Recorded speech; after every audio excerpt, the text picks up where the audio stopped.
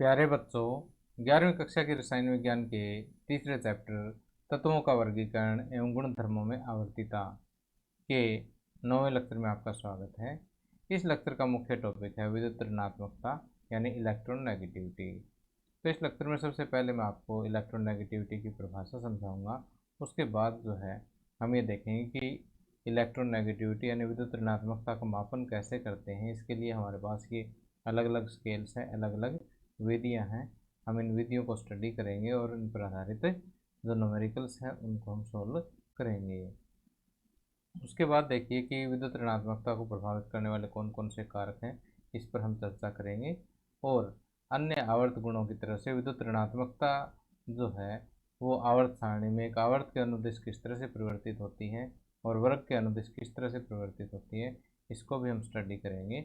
और सबसे लास्ट में जो है हम ये देखेंगे कि विद्युत ऋणात्मकता के हमारी केमिस्ट्री में कौन कौन से अनुप्रयोग हैं, इनको हम कहाँ कहाँ प्रयोग करते हैं, उस पर हम चर्चा करेंगे।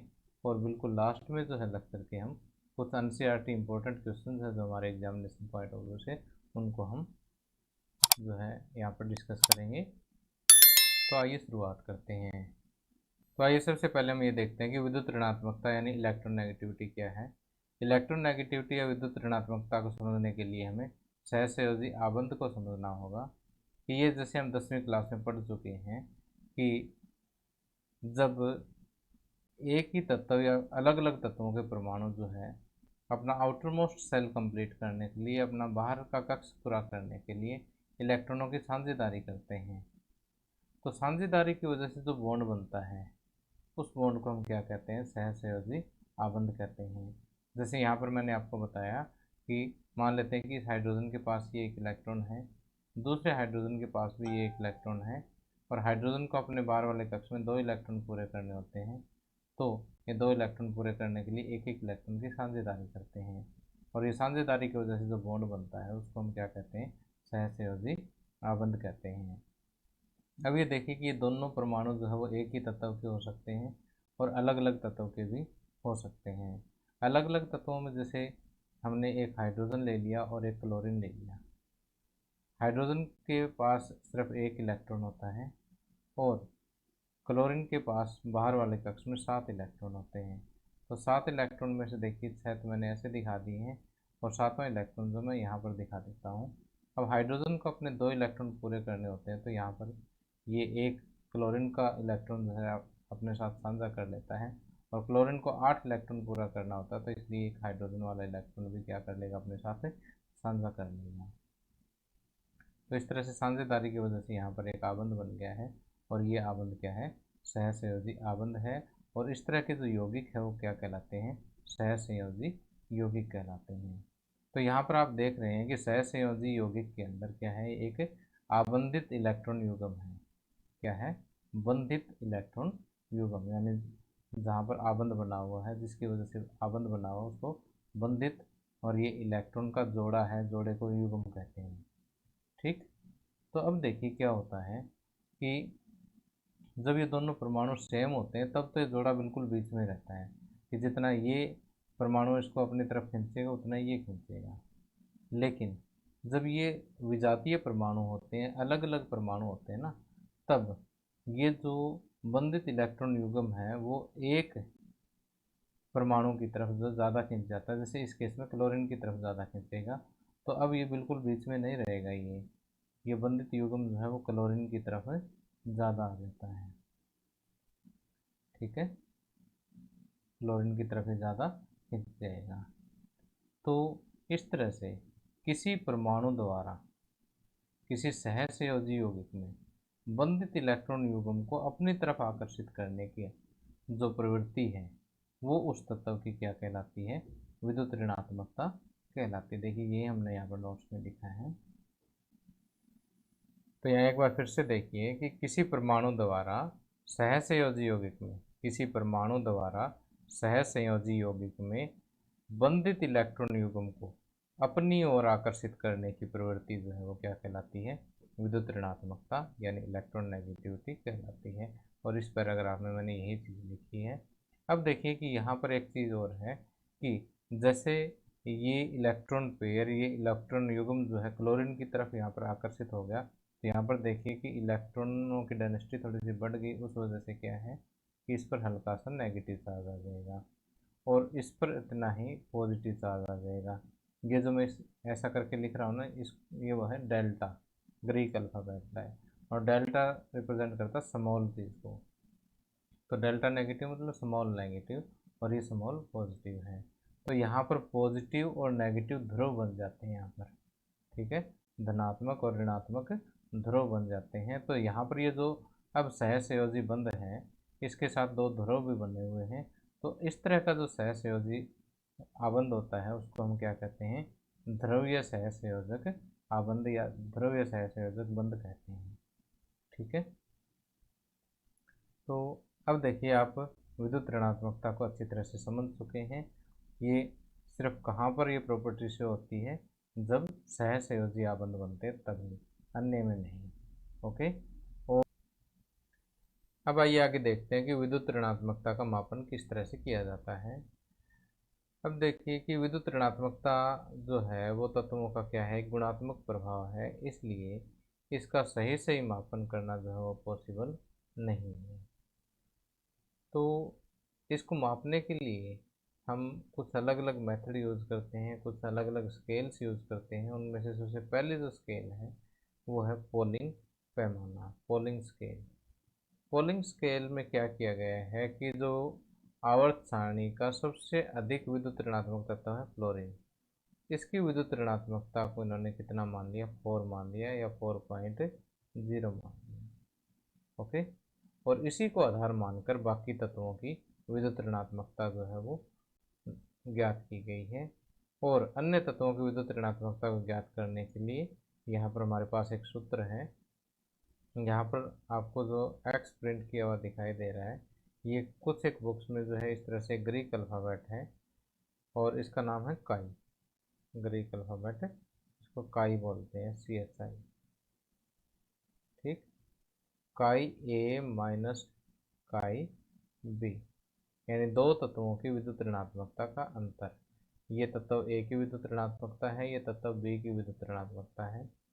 दो तत्वों की विद्युत ऋणात्मकता का जो अंतर है वो 0.208 अंडर द रूट एक क्वांटिटी और आती है डेल्टा। अब आप ये पूछोगे सर कि ये डेल्टा क्या है, डेल्टा को समझाता हूँ। कि मान लेते हैं कि हमारे पास ये दो तत्व हैं ए और बी। अब तत्व ए के दो परमाणु आपस में जुड़ सकते हैं, ए और A2 बना सकते हैं, और इसी तरह से तत्व बी के भी दो परमाणु आपस में जो है सहसंयोजी आबंध बना सकते हैं, यानी B2 बना सकते हैं। इसी तरह से एक परमाणु तत्व ए का और दूसरा परमाणु जो है तत्व बी का आपस में सहसंयोजी आबंध बना सकते हैं। तो देखिए कि ए के बीच में जो आबंध है, उस आबंध को तोड़ने के लिए जितनी ऊर्जा की आवश्यकता होती है वो यहाँ ए के बीच की बंद ऊर्जा कहलाती है, और इसको हम ए से डिनोट करते हैं। इसी तरह से B2 की जो बंद ऊर्जा है वो बी से डिनोट करेंगे, और बी की जो बंद ऊर्जा है उसको हम बी से डिनोट करेंगे। तो देखिए इन बंदों की आपको बंद ऊर्जा का पता लग गया ना। अब आपको डेल्टा समझ में आएगा क्या है। डेल्टा है ये वाली बंद ऊर्जा B minus under the root ए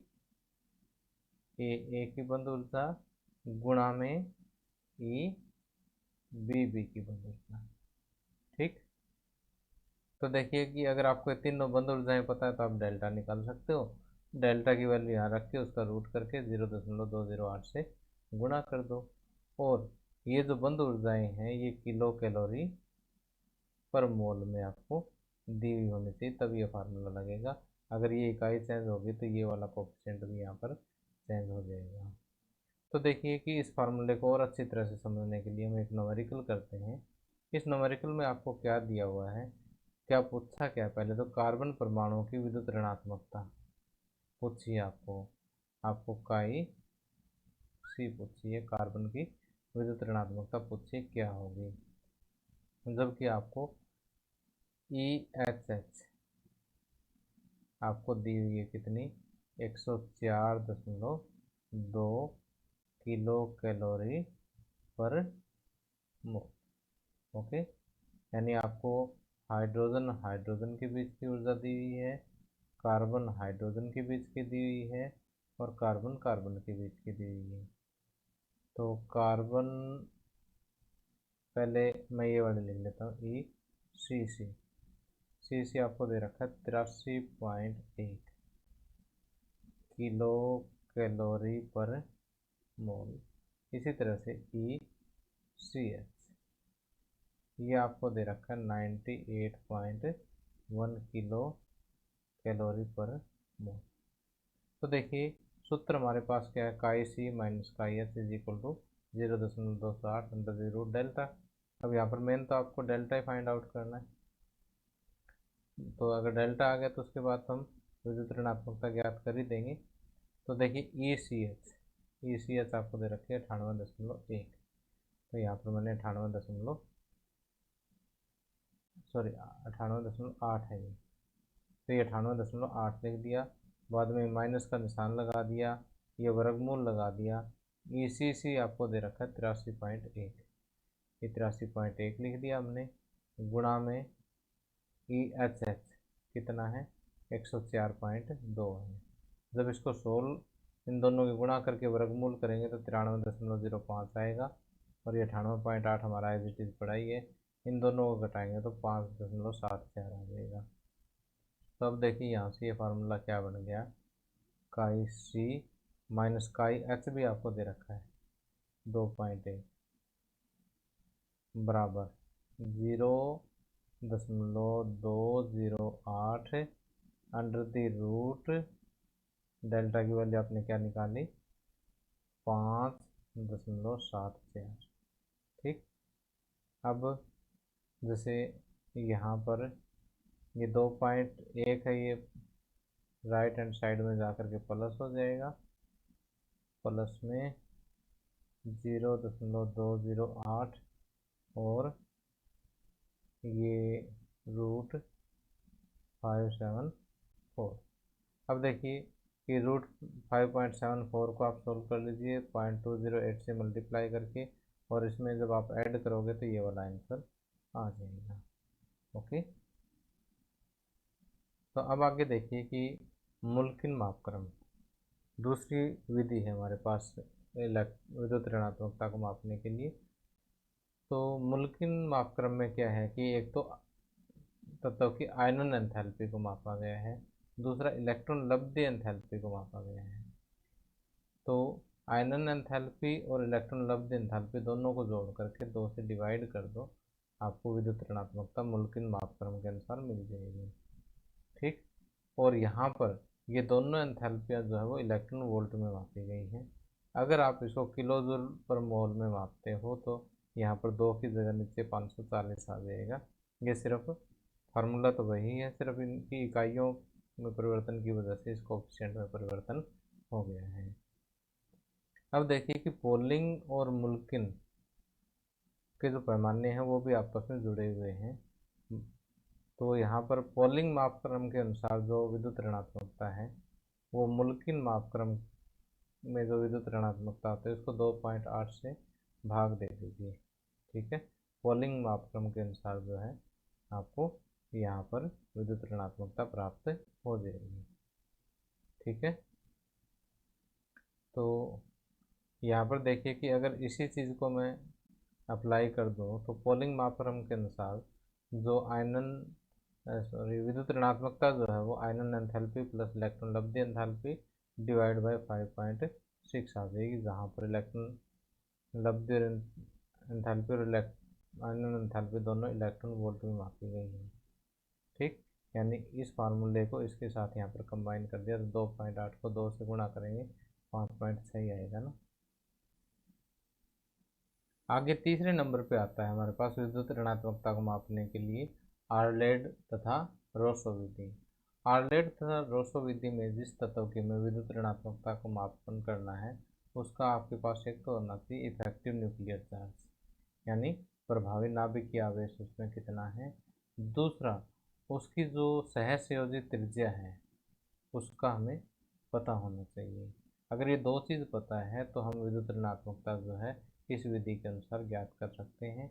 इस विधि में सिंपल सा एक फार्मूला है, 0.744 प्लस 0.359 गुणा में इफेक्टिव न्यूक्लियर चार्ज प्रभावी नाभिकीय आवेश वटे में सहसंयोजित त्रिज्या का वर्ग। ओके, अगर ये फार्मूला याद है हमें तो हम इस विधि के अनुसार भी विद्युत ऋणात्मकता ज्ञात कर सकते हैं। यहाँ पर जो प्रभावी नाभिकीय आवेश है वो किसके बराबर है, नाभिक पर आवेश माइनस परिरक्षण स्थिरांक के बराबर होता है। ठीक है, तो ये हमने देखा कि किस तरह से हम विद्युत ऋणात्मकता का मापन कर सकते हैं। अब देखिए कि विद्युत ऋणात्मकता को प्रभावित करने वाले कारक जो है वो कौन कौन से हैं। कि एक तो है प्रभावी नाभिकीय आवेश। प्रभावी नाभिकीय आवेश जितना अधिक होगा उतना ही शेयर्ड पेयर ऑफ इलेक्ट्रॉन जो है उस परमाणु की तरफ आकर्षित होगा। इस पर जितना प्रभावी नाभिकीय आवेश अधिक होगा उतना ही ये इलेक्ट्रॉन का पेयर जो है, बंधित युग्म जो है, इसकी तरफ आकर्षित होगा, तो उतनी ही इसकी इलेक्ट्रॉन नेगेटिविटी अधिक होगी, विद्युत ऋणात्मकता अधिक होगी। तो यहाँ पर हम ये कह सकते हैं कि विद्युत ऋणात्मकता जो है वो प्रभावी नाभिकीय आवेश के डायरेक्टली प्रोपोर्शनल है, अनुक्रमानुपाती है। अब देखिए कि परमाणु त्रिज्या। अब परमाणु त्रिज्या अगर बढ़ गई है तो जो बंधित इलेक्ट्रॉन है और नाभिक है उसके बीच की दूरी भी क्या है, बढ़ जाएगी। ओके, कि अगर परमाणु त्रिज्या बढ़ेगी तो दूरी बढ़ेगी, दूरी बढ़ेगी तो जो नाभिक है और इस इलेक्ट्रॉन के बीच की दूरी बढ़ेगी ना, तो यहाँ पर जो बंधित इलेक्ट्रॉन है उसका आकर्षण कम हो जाएगा। कम हो जाएगा तो विद्युत ऋणात्मकता जो है वो कम हो जाएगी। तो परमाणुीय त्रिज्या जैसे जैसे बढ़ेगी विद्युत ऋणात्मकता कम हो जाएगी, और ये कम होगा तो ये बढ़ जाएगी। ओके, तीसरा है आक्सीकरण अवस्था। तो देखिए कि आक्सीकरण अवस्था बढ़ने के साथ साथ विद्युत ऋणात्मकता का मान बढ़ता है। आक्सीकरण अवस्था का मतलब है कि यहाँ पर जितना पॉजिटिव चार्ज बढ़ेगा ना उतना ही, देखिए कि जितना धन आवेश इस पर बढ़ेगा उतना ही क्या है कि इस शेयर्ड पेयर को अपनी तरफ खींचने में जो आसानी होगी। तो सिंपल सी बात है कि आक्सीकरण अवस्था बढ़ने के साथ साथ विद्युत ऋणात्मकता का मान जो है वो बढ़ेगा। ओके, तो अब देखिए कि चौथा जो कारक है जो विद्युत ऋणात्मकता को प्रभावित करता है वो है कि अणु में परमाणु की संकृत अवस्था है लक्षण। तो संकृत अवस्था क्या है या संकरण क्या है, इसके बारे में डिटेल तो हम पढ़ेंगे नेक्स्ट चैप्टर में, लेकिन अभी मैं आपको बता देता हूँ कि जब दो या दो से अधिक परमाणु जो है आपस में कंबाइन होते हैं तब कई बार क्या होता है कि जो इसके जो कक्षक हैं, जैसे एक एस कक्षक और एक पी कक्षक, ये आपस में कंबाइन होते हैं और दोनों ही अपनी कंबाइन होकर के दो नए ऑर्बिटल बनाते हैं, दो नए कक्षक बनाते हैं इस एक जैसे शेप के, बिल्कुल एक जैसे ऐसे। ठीक है, तो जैसे इस तरह से आप आपस में दो कक्षक या दो से ज़्यादा कक्षक आपस में कंबाइन होकर के फिर नए तरीके से दो एक जैसे कक्षक अगर बनाते हैं तो इस टाइप के जो प्रोसेस है उसको हम संकरण कहते हैं। क्या कहते हैं, संकरण कहते हैं। ये सिर्फ बॉन्ड फॉर्मेशन होती है ना, जब आबंध बनते हैं उसी समय में होता है। तो जब एक एस और एक पी आपस में मिलते हैं तो उस टाइप का जो संकरण है वो एस पी संकरण कहलाता है। ठीक, और इसी तरह से एक एस और दो पी, यानी एक एस और दो पी ऑर्बिटल भी आपस में संकरण कर सकते हैं। तो ये तीन आपस में कंबाइन होंगे तो तीन ही आगे नए ऑर्बिटल बनेंगे, तीनों की शेप भी क्या होगी, एक जैसी होगी। ठीक है, तीनों की शेप भी क्या होगी, एक जैसी होगी। तो इस टाइप की जो हाइब्रिडाइजेशन है उसको हम क्या कहेंगे, sp2, क्योंकि इसमें एक s है और दो p है। इसी तरह से एक S और 3P वाला क्या कहलाता है, sp3 हाइब्रिडाइजेशन। तो ये जस्ट मैं आपको हिंट दे रहा हूँ, ठीक है, कि जब दो या दो से अधिक परमाणु जो है आपस में कंबाइन करते हैं, आबंध बनाते हैं, तो आबंध बनाते समय ये स्थिति भी आ सकती है, उनकी हाइब्रिडाइजेशन हो सकती है, संकरण हो सकता है।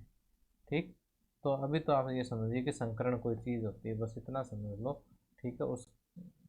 और ये विद्युत ऋणात्मकता को कैसे प्रभावित करती है, तो ये नहीं समझ में आया तो कोई टेंशन लेने की ज़रूरत नहीं है, अगले चैप्टर में हमने ये चीज़ पढ़नी है। तो आगे देखिए कि अगर sp हाइब्रिडाइजेशन है तो उसमें देखिए s लक्षण कितना है, 50% है, 50% s और 50% p।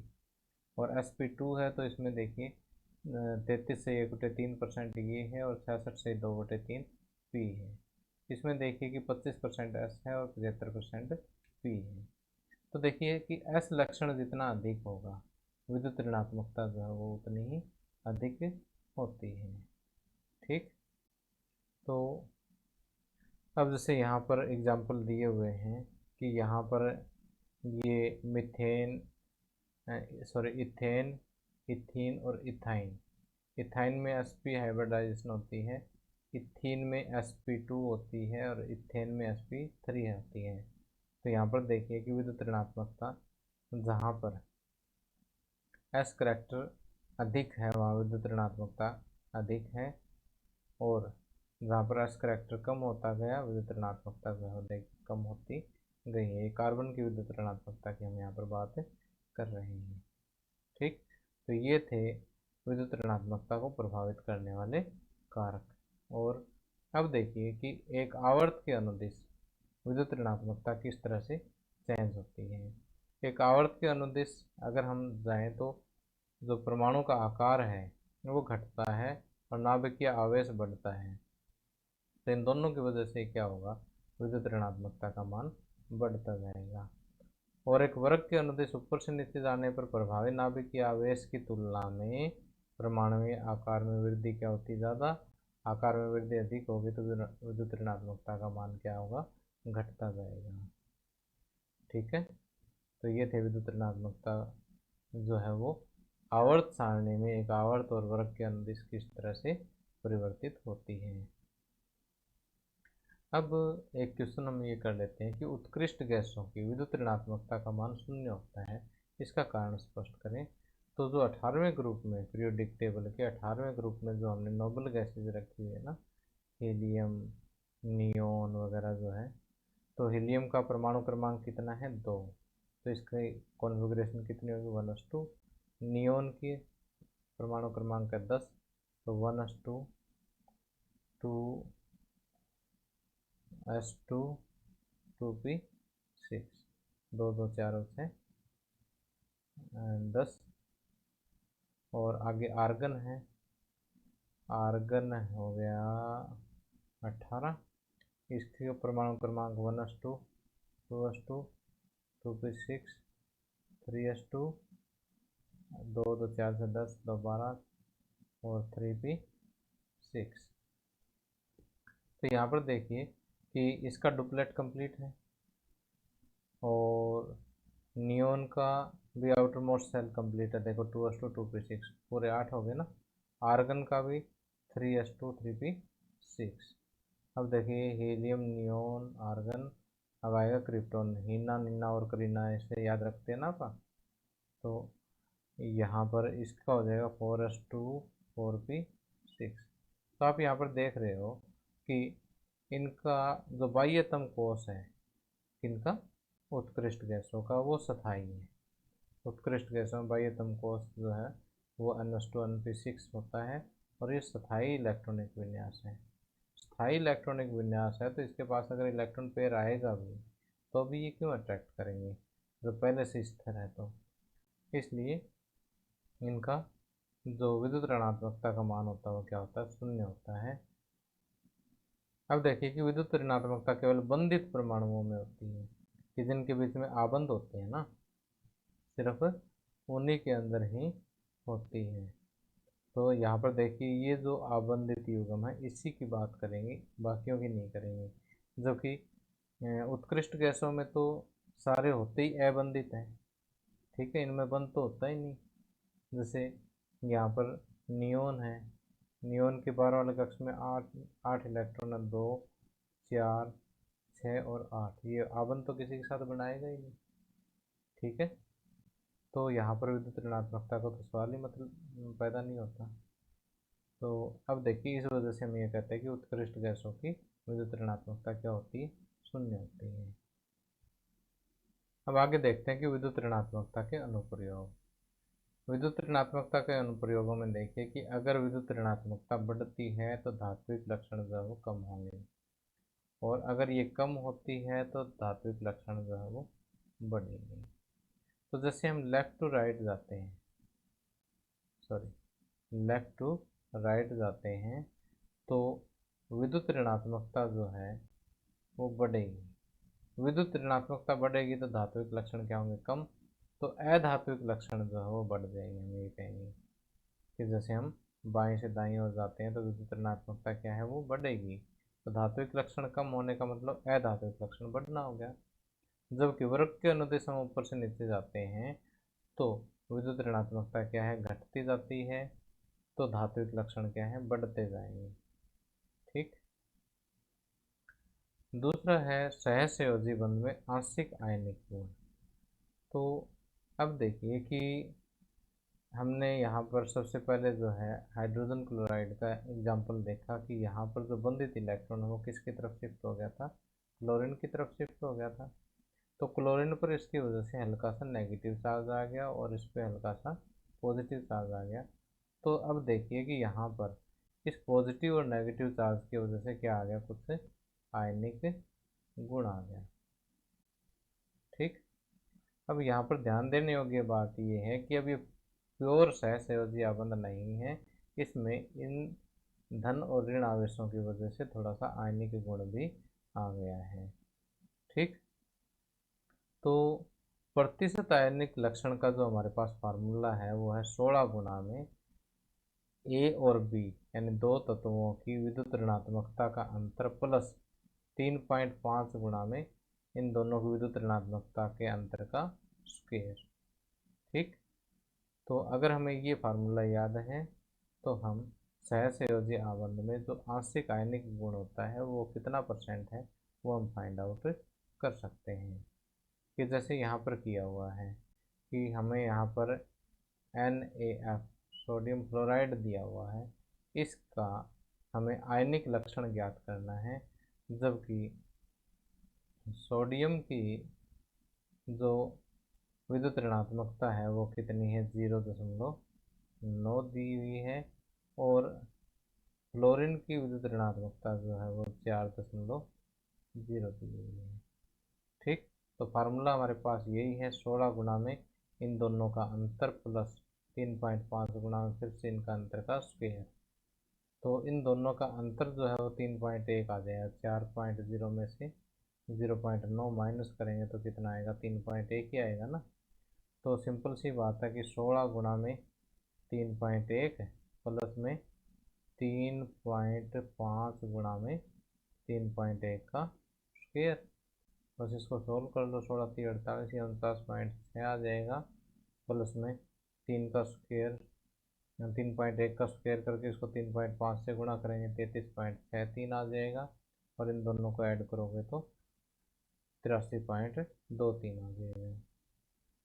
तो इसी तरह से जो है हम HF HCl HI इनकी जो प्रतिशत आयनिक लक्षण जो है वो हम ज्ञात कर सकते हैं।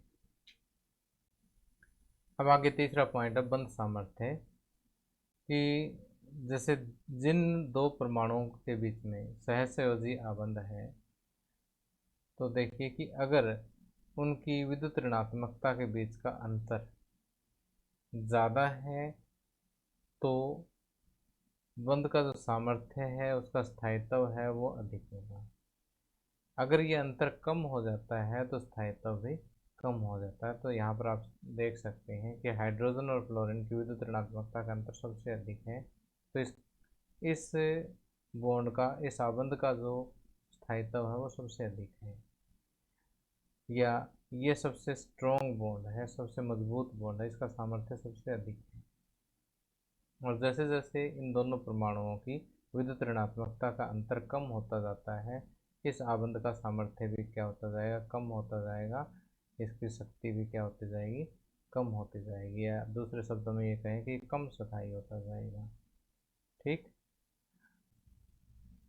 अब देखिए कि ऑक्साइडों की जो अम्लीय और अक्षारीय प्रकृति है उनको भी हम विद्युत ऋणात्मकता के आधार पर समझ सकते हैं। कि मान लेते हैं कि हमारे पास इस टाइप का कोई भी ऑक्साइड है, और अगर उस तत्व की और ऑक्सीजन की जो विद्युत ऋणात्मकता है उनका अंतर अगर काफ़ी ज़्यादा है, यानी 2.3 से ज़्यादा है, तो उनकी प्रकृति कैसी होगी, क्षारीय प्रकृति होगी। और अगर ये अंतर जो है 2.3 से कम है तो प्रकृति जो है वो क्या होगी, अम्लीय प्रकृति होगी। यहाँ पर हमने एग्जाम्पल दिए हुए भी हैं, तो आप इनसे समझ सकते हैं। तो जैसे हम आवर्त सारणी में लेफ्ट से राइट की तरफ जाते हैं, बाएं से दाईं ओर जाते हैं, तो क्या होता है कि ये जो अंतर है इनका ये कम होता जाता है। अंतर कम होता जाएगा तो जो प्रकृति है इनकी ऑक्साइडों की वो भी जो है अक्षारीय से अम्लीय की तरफ होती जाएगी। अब आगे आता है कि अगर मान लीजिए ए और बी हमारे पास दो कोई परमाणु है और उनके बीच में कोई आबंध है या रासायनिक बंध है, तो उसकी लंबाई का परिकलन भी आप ये विद्युत ऋणात्मकता के आधार पर कर सकते हैं। उसके लिए फार्मूला ये है कि बंध की जो लंबाई है डी ए बी, ए और बी के बीच की जो दूरी है, मान लेते हैं कि ये परमाणु ए है और ये परमाणु बी है, तो इन दोनों के बीच की जो दूरी है इसको इन्होंने क्या कहा है, डी ए बी कहा है।